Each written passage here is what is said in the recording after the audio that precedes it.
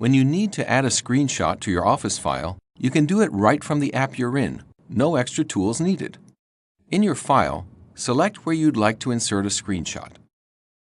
This experience may vary across the Office apps. For now, we'll show how to do this in Word.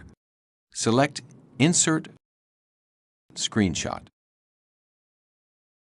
The available Windows gallery appears, showing you all the windows you have open. You have two options. To insert a screenshot of an entire window into your document, select the thumbnail image of that window. The screenshot now appears in your document.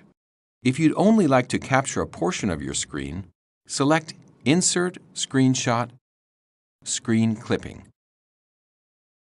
As the screen turns white and the pointer becomes a cross, press and hold down your left mouse button and then drag it to select the part of the screen you want to capture.